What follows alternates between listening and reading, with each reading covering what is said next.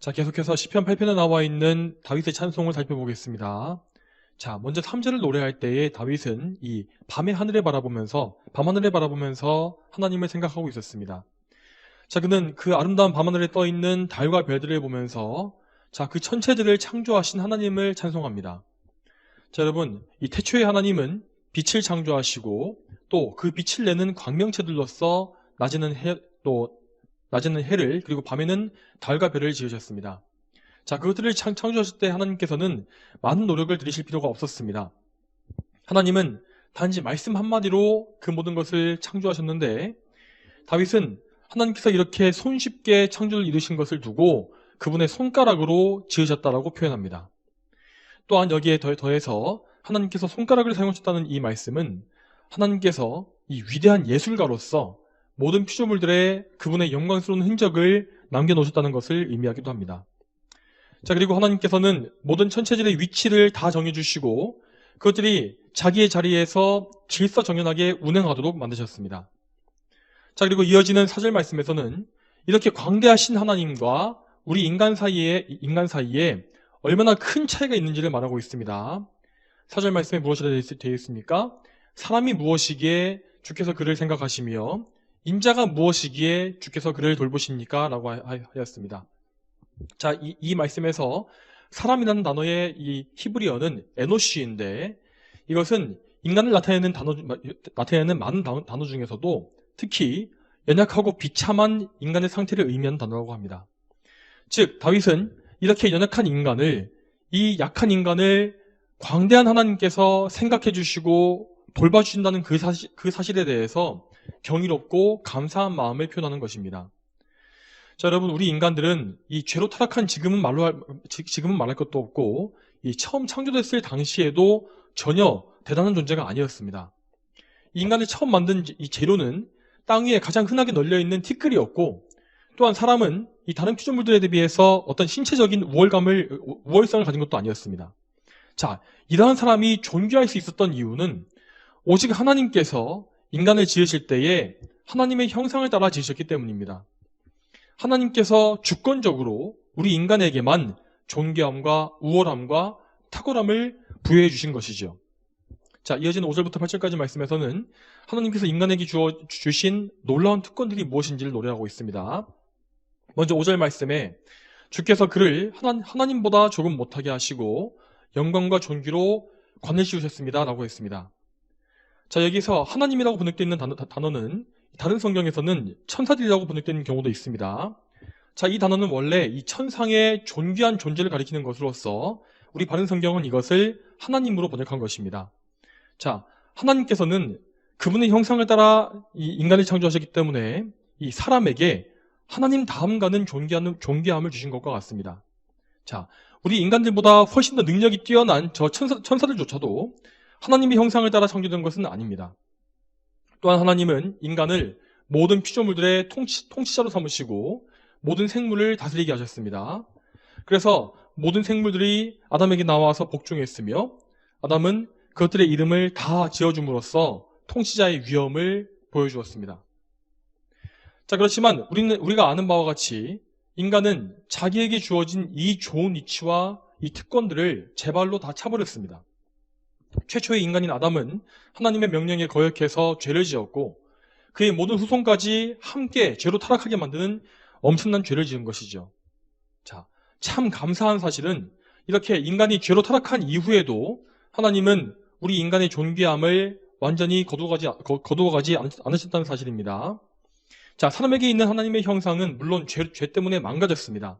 하지만 여전히 인간은 인격적인 피조물로서 다른 피조물들과 비교할 수 없이 존귀하며 지배적인 위치에 있지 않습니까? 자, 그렇지만 어쨌든 간에 우리는 결정적으로 죄로 인해 부패한 존재가 되었기 때문에 절대 지금 이 상태만으로는 영원한 존귀함을 취할 수가 없습니다. 죄의 삭은 사망이기 때문에 모든 죄인들은 결국에는 다른 짐승들과 똑같이 사망의 늪에 빠질 것입니다. 이 죄라는 것은 그것을 지은 죄인들의 인생을 영원한 파멸로 밀어넣고야 말기 때문입니다.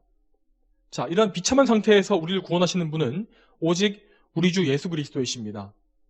예수님은 우리를 죄에서 구원하실 뿐만 아니라 우리 안에 하나님의 형상과 존귀함을 다시 회복시켜 주시는 분이십니다. 예수님은 우리를 거룩한 하나님의 자녀로 만들어 주시기 때문에 우리가 예수님으로 인해서 받는 신분은 최초의 아담이 가졌던 것보다 훨씬 더 존귀하고 더 높은 것입니다. 자, 여기서 우리는 이 시편 8편의 말씀이 예수님을 예표하기 위한 말씀이라는 사실을 알아야 합니다. 왜냐하면 신약성경 히브리서에서 예수님의 인성을 설명하기 위해서 이 시편 8편의 말씀을 인용하고 있기 때문입니다. 자, 히브리서 2장 6절부터 8절까지 말씀에 이렇게 나와 있습니다. 그러나 누군가 어디에 이렇게 증언하여 말하기를 사람이 무엇이기에 주께서 그분을 생각하시며 인자가 무엇이기에 그분을 돌보십니까? 주께서 그분을 잠깐 동안 천사들보다 못하게 하시고 영광과 존귀로 관을 씌우시며 만물을 그분의 발 아래 복종하게 하셨습니다.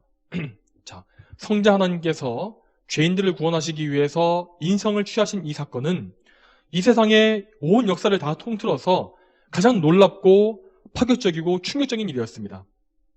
우리는 예수님께서 성육신하신 사건을 볼 때에 사람이 무엇이기에 주님께서 이렇게 우리를 생각해 주시고 이렇게 돌보아 주십니까? 라고 감사의 찬송을 올릴 수 있어야 할 것입니다. 자, 그리고 히브리서에서는 이 좀 전에 우리가 하나님이라고 보았던 이 단어를 천사들로 번역하고 있습니다.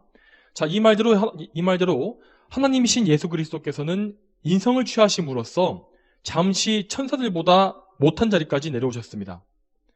자, 여러분, 그래서 예수님께서 육신적으로 좀 이렇게